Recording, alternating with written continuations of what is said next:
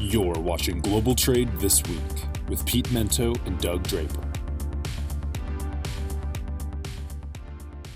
Well, hello, everyone.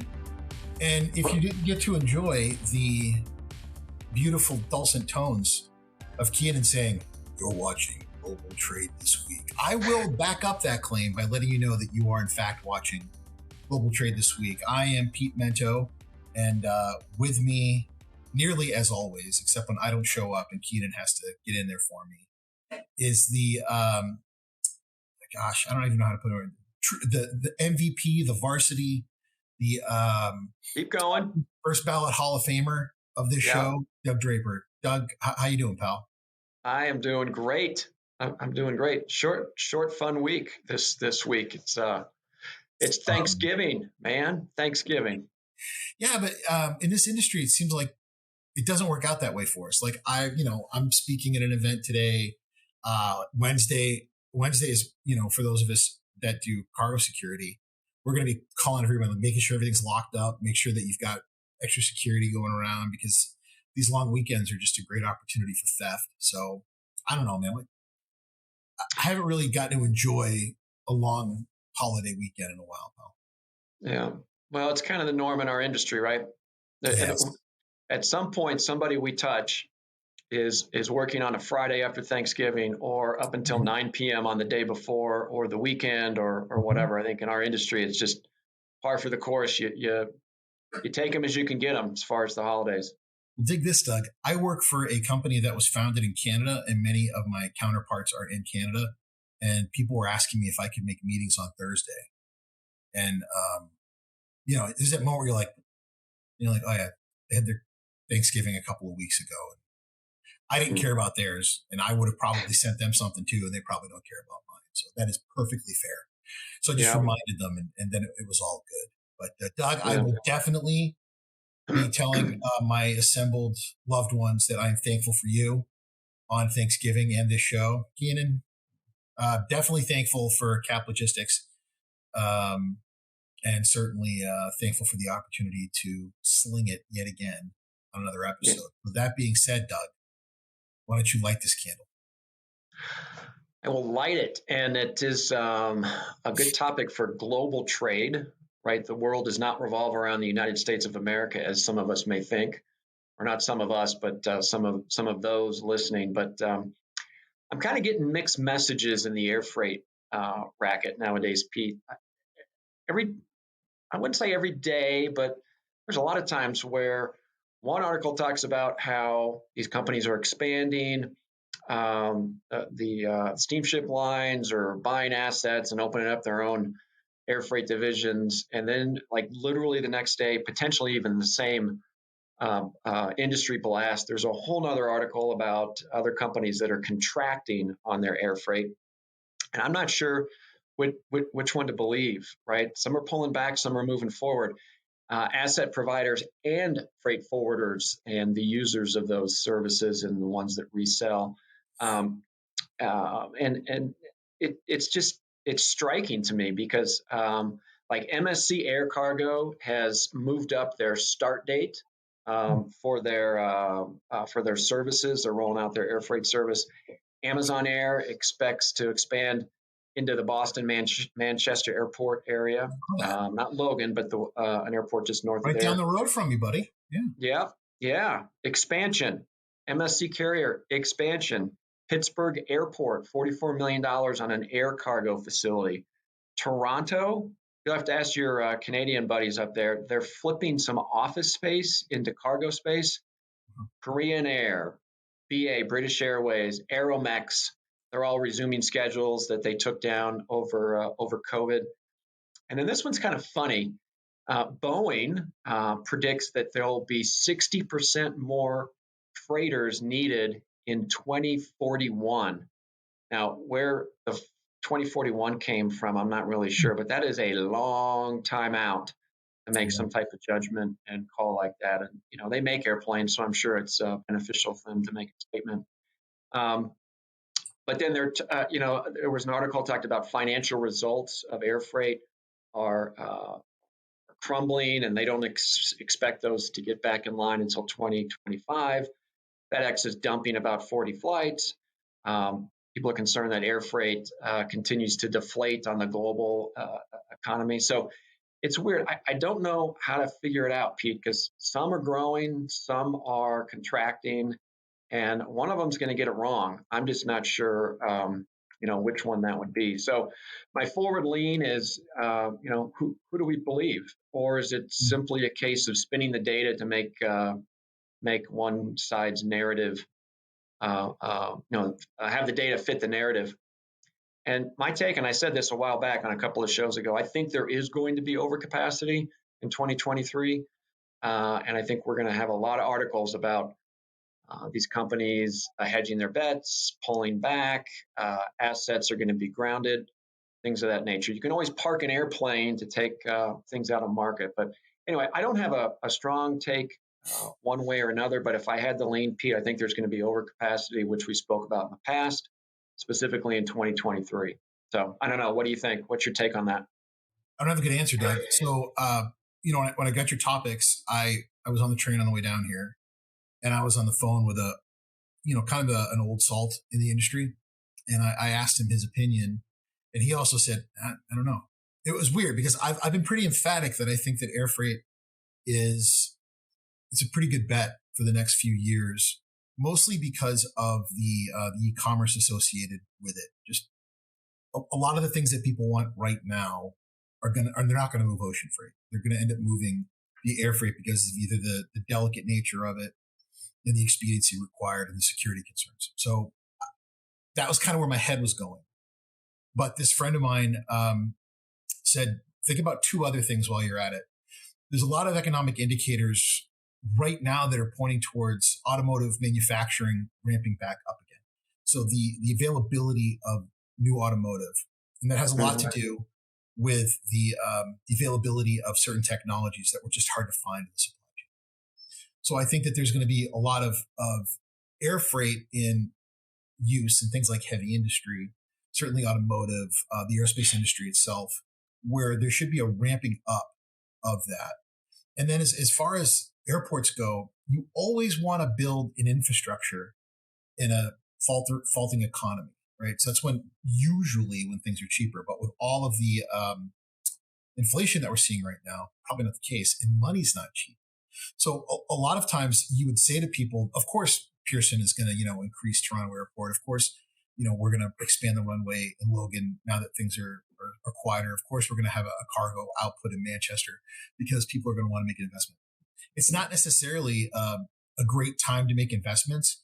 And you can't swing a cat around the internet without finding dueling attitudes about how long the recession will last, how long inflation is going to last, and how long these interest rates are going to be up, Doug. So I tend to be pretty emphatic with my opinions, but this is one where my gut is telling me air freight is still a safe bet. And maybe that's why you're seeing a lot of these companies, but they don't make investments like this on gut. They make investments on this based on statistics. I just don't know where they're finding that data. Yeah, that's it's a great point. We shall see. Infrastructure, I'm good with that, right? Let's build it out so when it pops again, you can accommodate and have the throughput and the connectors we've spoken about. So but money ain't cheap, as we know. So anyway, we're gonna flip it. What do you got for topic one? You got some doozies. There's a couple of think tanks out there that are making a suggestion on how to deal with China. Allegedly, got to say that, Doug, allegedly, Chinese manufacturers steal ideas from other parts of the world, mass produce them, sometimes without even changing anything, and then put them back in the market under Chinese names. And many of the times, this is done with not only the direct knowledge of the Chinese government, it's done with a subsidy from the Chinese government. Like they give them money so they can be successful with it. So not only are they stealing everybody's ideas, allegedly, they're also going out there and they're getting financial support to ramp up production. And, when you've got 1.4 billion people, many of whom are young and need jobs, and you're trying to build yourself into a self-sustaining economic machine, you can understand why people might do that. But it's contrary to how we're supposed to be running the global economy. In a shocking play of irony, you don't ever want to steal an idea from a Chinese company, because the Chinese government will go after you in conjunction with that company to make sure that you don't get away with it. But they've, for decades, been getting away with doing it in the other direction, allegedly. Now, the idea, I got to keep saying that, Doug. Got to keep saying it. I want to keep my Chinese visa, man, when I go over there. I don't want to screw anything up. So what this think tank is saying is we should, reintroduce this concept of what's called Section 337. So Section 321 was the absolute curb stomping to tariffs that we had under President Trump that created the Trump and Biden tariffs. Now they've been around so long, we're calling them both. What 337 does is much more final and certainly terrifying to a Chinese manufacturer.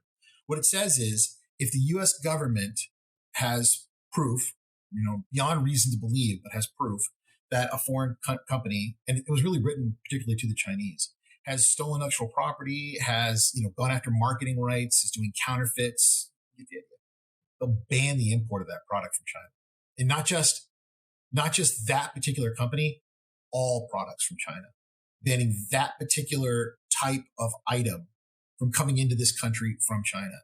So you can't weasel around and say, okay, well, company ABC is not making it anymore.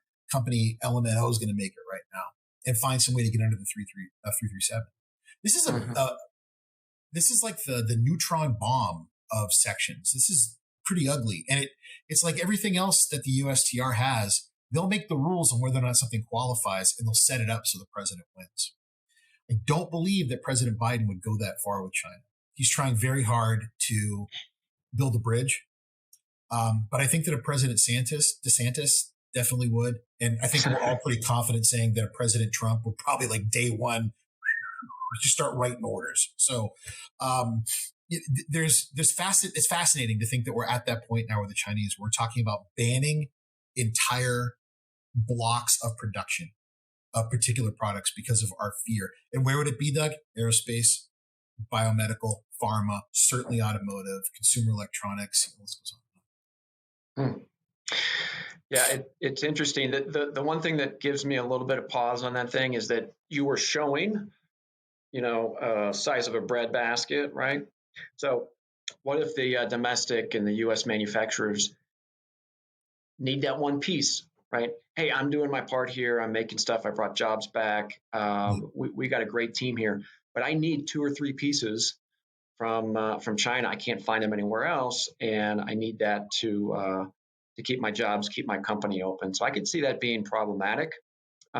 Maybe a full, maybe commodities, the solar industry and things like that. But I think there's parts and pieces of a greater manufacturing process in the U.S. where that could create potential problems and either exceptions or workarounds that would even come from the U.S. to say, well, this rule applies except for this or except for that. So we'll shall see if it comes out. If I can, but what you just said, the way that they would probably address or try to address it would be, first of all, like the CHIPS Act, right? They'd say that we don't have A, B, and C. So as a government, we're going to find ways to support production of that in this country or in a country where we have an alliance. And if you use the money to export it to any other country, we're going to come down on it. And then the second half of that is what I'm very fearful of, Doug, which is political interference with it, where, you and I have got a successful company, pretty happy with the way things are going. And then bammo, just as you said, there's a product we need in order to remain successful. We can't get it anymore. And the government's saying, well, too bad. And then we use our political influence through senators and congressmen to do something where it benefits us. Ultimately, that's not going to bring production back to an allied country. It's not going to stop a nation that we're alleging is stealing technology from continuing to steal it. All it's going to do is allow for the government to get engaged and stick their nose in it and probably not fix it for the future, but just fix it for you and I, which is, a big problem in the grand scheme. Mm-hmm. Yeah. Well, we'll see. Rules are important to follow until they're no longer convenient, right? I hate it when you say that, Doug. My life is relevant. It might be relevant, but rules are there so that Pete Mento stays employed. We should always remember that. Okay. Fair enough. Right. Fair enough. that brings us to halftime, my friend. Brought to all of you by Cap Logistics. Learn more, visit caplogistics.com. Halftime is the moment on the show where between our two topics, Doug and I speak about things that are on our mind, topics that interest us, and basically Doug quietly and with a terrified look on his face wonders exactly just how far afield I'm going to go. And this week, it's a doozy, Doug. So why don't you go ahead and lead us off, and I'll close it out. All right. Well, this one's pretty mundane, so we'll ramp up for yours. But our beloved president just turned 80 yesterday, November 20th. He turned 80 years old. Oldest president in U.S. history. If he goes for re-election and is reelected, he will be 86 years old at the end of her tenure. So I started looking into that a little bit, or at the end of his second term.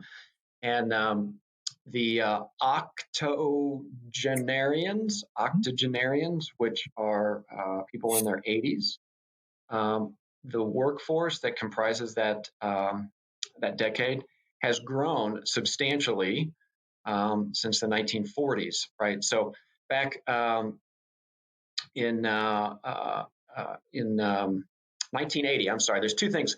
1942, well, let me start with this one, Pete. So in 1980, 2.5% of people over the age of 80 were in the workforce. This year, in 2019, it was 6.6%. So it's basically tripled the amount of people that are working in their 80s. That probably dipped a little bit during COVID, because then the last number I gave to you was 2019. And the life expectancy, this one is shocking to me, because to me, this differential would be more of several generations rather than one or two. But life expectancy in 1942, 66 years old. 2019, 79 years old. Everybody knows, and there was some discussion about that dipping during COVID, and the life expectancy was decreasing. But here's the deal: is age and octogenarians, is it an automatic disqualifier for leadership positions? Because what we've seen recently, and one just happened yesterday, where the old CEO of Disney, the new one got booted, the old one, Iger, came back in to kind of run the show. He's committed to 2 more years to run the show. And then Howard Schultz from Starbucks came back in. So it's interesting. So my whole point in this one, Pete, is I think as the life expectancy continues to elongate, no pun intended, that that generation and the octogenarians will continue. And I think that the percentage of people in the workforce will continue to grow, and we'll see more 80-year-olds out there hounding it. I don't know if they'll be driving trucks and chucking packages, but they'll be out there. I got a lot to say about this one. So the first thing I've got to say, Doug, is I think it's a criminal. It's an indictment on our society that we live in a world where people that old are forced to have to work. So that's like my first real problem with it. Mm-hmm. I don't think if you've managed to live that long, you should have to worry about your economic stability. And you can call me as soft as you want, man, but I have a lot of memories of my grandfather, who was a relatively successful man in ways that maybe he shouldn't have been. But at the end of his life, he outlived his retirement, and it was hard.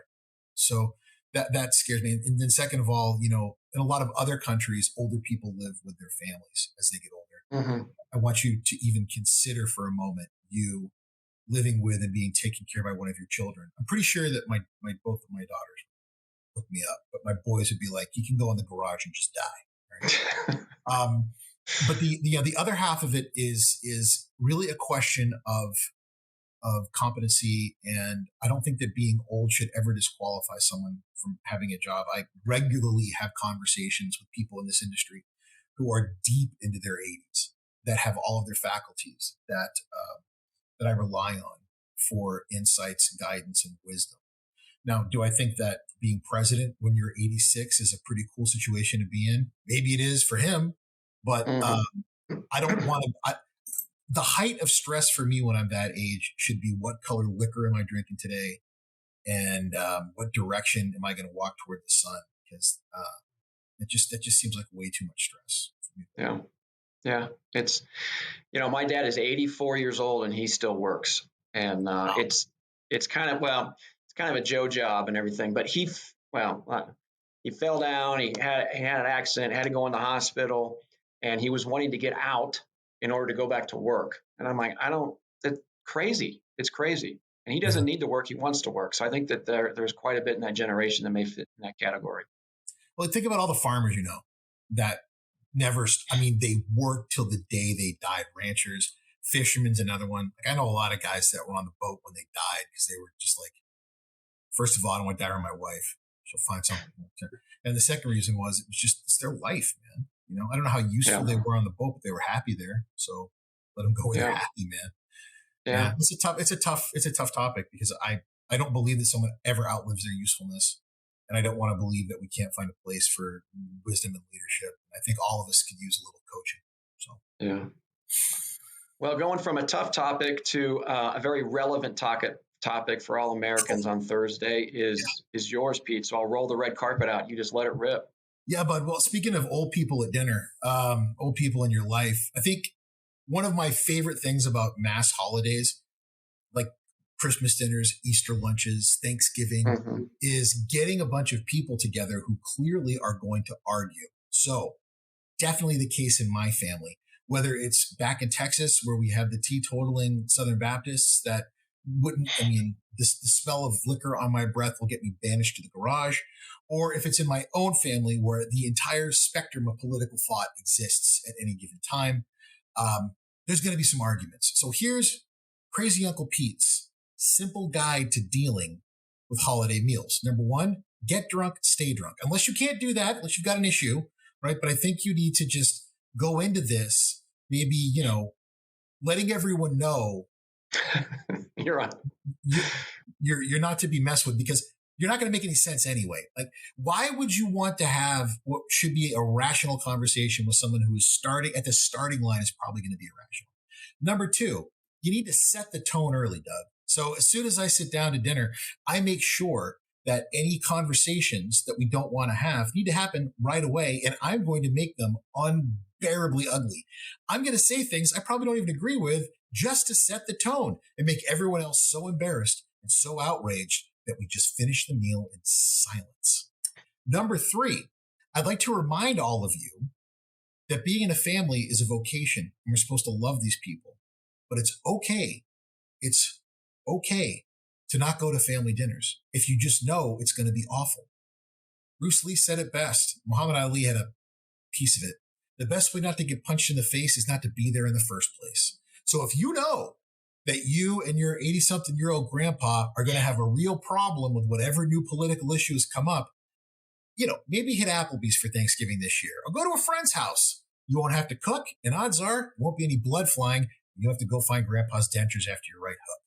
So, Doug, those are my simple rules for dealing with them. Set the tone early, get drunk, stay drunk, and remember, you don't have to be there if you don't want to. Yeah. I don't know if that's good advice or just advice to pass on, right? So my only comment to that is more in the moment. If you get asked an odd question, something you don't want to, just the mashed potato dance, just put a bunch of food in your mouth and then knock something over under the table and then act completely distracted and just say you can't talk. Your mouth's full of food. And then distract. So look over here, a rope a dope, and then totally. Just get the hell out of there. You wave your keys at someone. Doug, I don't think we use this enough, right? When someone asks you a question that is meant to truly just be evocative, give them the worst answer you possibly can. Like, why does it all matter? We're all going to die from a giant asteroid anyway. Or something to the effect of, am I even really here? We just live in a giant simulation anyway. What's the whole point of it? Or turn the conversation around, particularly with siblings, and bring up terribly embarrassing things that are happening in their life that maybe no one else knows about. I find that's very effective as well. Yeah, deflect. Lots of opportunities. Yeah. So good deal. That's halftime. Brought to you as this whole show is by Cap Logistics. To learn more, visit caplogistics.com.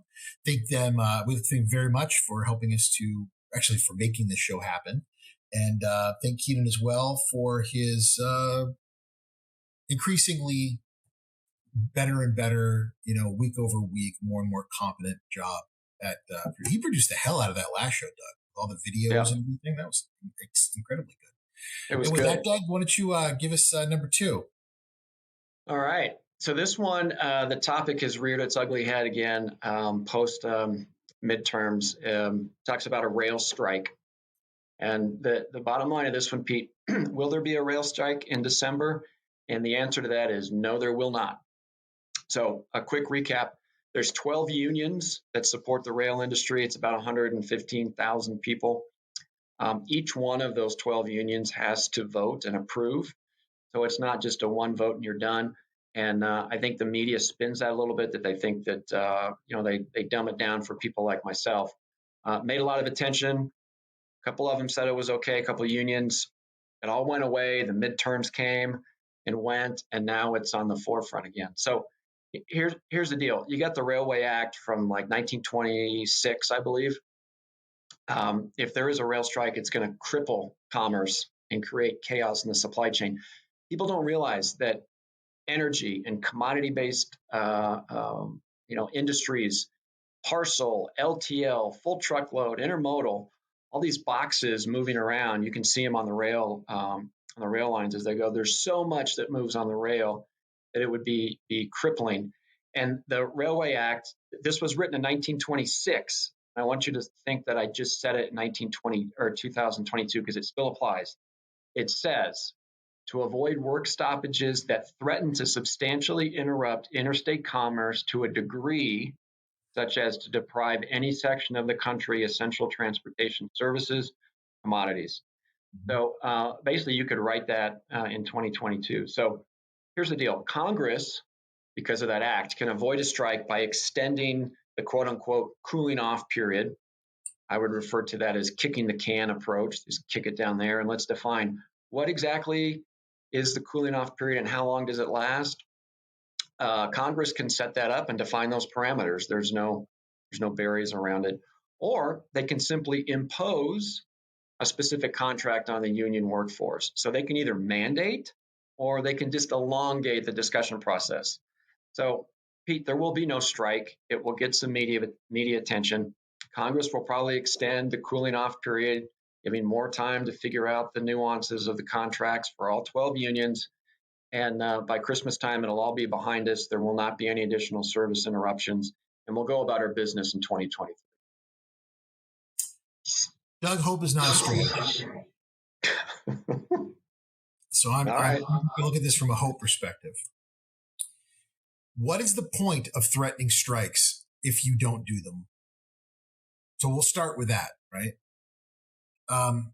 Second of all, politically, if Congress or any other organization inside the government were to dictate to a group, you're going to go back to work. You don't have a choice. We don't care about your collective bargaining agreement. We don't care what you're saying. It is political suicide, particularly for the left, because some of the largest donors they have are organized unions. Now, I agree with you. They'll kick the can down the road. And I agree with you. This will give them chances to try to work something out. But today, the conductors are saying they're not signing their contract. They're just not doing it. Not doing it. And they have demands that they want to see fit. And if there was ever a time that you had leverage, ever, without a war going on, it's now. You cannot say that you could threaten to strike and then not do it if you got to the point where you just weren't happy with the way that the bargaining was going. So if you're going to be a tough guy and walk around and say that you're not afraid of people and you'll go out in the street and fight, you better be ready to cover yourself in bear grease and get after it with the other guy's big guy. Because that's where this is going, Doug. They will kick it. I agree with you. They'll kick it down again.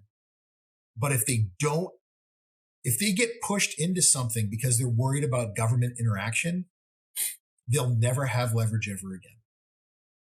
If you don't believe me, look at air traffic controllers. So I think that anybody who's looking at the strategy here should be advising them to hold tough, get what they asked for, and Congress be damned. Well, we're both in agreement. The kick the can policy will continue to happen. They'll figure it out. They'll figure it out. But I would agree, and I had not thought of this comment, that if they mandate some sort of contract, that would be political suicide, and nobody wants that after the midterm. So interesting point on that one. I thought we were really going to brawl on this, Doug. I'm kind of bummed out. Yeah. Well, you brought the heat in your text message, and so I was waiting. Troy was ready to pounce, so I'm glad I didn't have to get to that. Hey, listen, if you just want to get them right, that's cool too. But we can go to the last topic. This one for me is it's one of those bellwethers that gets me worried. All right, so I put a post up on LinkedIn today where I said let me start by saying this, Doug. There's only one press I pay attention to in our industry. If it's not the JOC, G Captain, Freight Waves, American Shipper, if it is not a byline from one of these reputable logistics sources, I don't pay much attention. I don't pay much attention to the Wall Street Journal. I don't pay much attention to MSNBC or CNN or any of these, or Fox, because they're not industry analysts. They don't spend their life in this industry. And it wouldn't take more than a few minutes to start seeing how there are people saying that these rates are the new normal. This is what it's going to be like. You're going to have East Coast rates that are where they are now, maybe a little bit lower. East Coast rates that are going to be, maybe rising up a little bit. No. The very strikes we're talking about is why all the cargo is going to the East Coast. And that's jacking up rates. Ocean carriers are doing everything that they possibly can to keep, as few ships as possible, so they're making as much profit as they can. But what really, really got my goat this week was people are missing a massive warning coming to us from China. Production is going through the floor. Production. So production right now, it's down a little less than 2% over the last year, whatever. But it's the production of raw materials into semi-finished goods. It's the number of people who are not being told to come back after Lunar New Year for work. Start watching that stat. It's the number of people whose homes in China, they're not being brought forward, so they're going to end up in foreclosure or some other type of financial distress. It's the number of people there that are preparing for their own economic comeuppance, regardless of the rest of the world. They are beginning to come to grips with their own economic problem. That production number is one of the first excellent indicators that the rest of the world is buying less. As the rest of the world buys less, capacity will have to continue to be constrained. Sooner or later, buddy, one of these ocean carriers is going to defect. When they do, those rates are going to collapse on themselves. Between then and now, if you're not looking at the supply side of the supply side of the supply chain and paying attention to the fact that it's beginning to soften, you're missing one of the most important warnings we have in our economy. Yeah. Well, we've talked about that TV commercial or that ad campaign years ago with BASF. We don't make the things that you buy, we make the things that you buy better. Yeah. So the supply side of the supply chain and the manufacturing, I think, is a big hit. The other piece that you made mention of is who's coming back after Chinese New Year and the implications of what COVID has had. I think the COVID zero or zero COVID policy is pushing people away in China, and just like here in the U.S., people are like, what is there?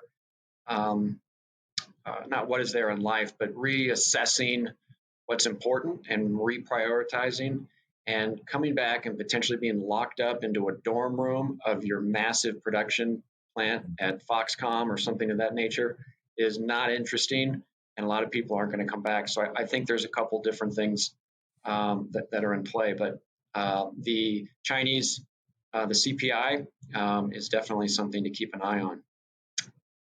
Yeah. So the last thing I'll punctuate that with, Doug, and you made a great point, is there's a lot of folks that just spent a year teetering on whether or not they were going to be stuck in their home for 8 weeks. And they're asking themselves, why don't I go back to a smaller city where this is probably not going to be as much of a concern, or go back to where I came from with the money I've made and start to establish a new life. And that's not, I mean, it's human nature. We shouldn't be surprised. So those are great observations. Yeah. Well, Pete, with those comments, we're going to wrap up this Thanksgiving edition of Global Trade This Week. As we mentioned, it's brought to you by Cap Logistics.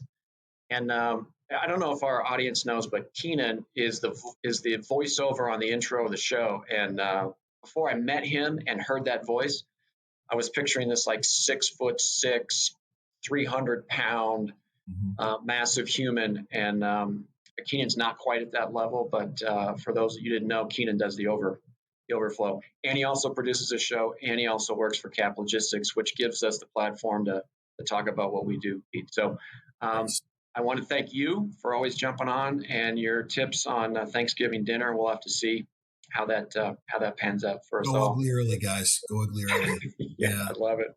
Yeah. So thank you all for listening to Global Trade this week. We appreciate it. Make some comments, feedback. You have suggestions on topics. We welcome them all. So until next week, we'll sign off. Thanks, Pete. Take care. Happy Thanksgiving, buddy. Take care.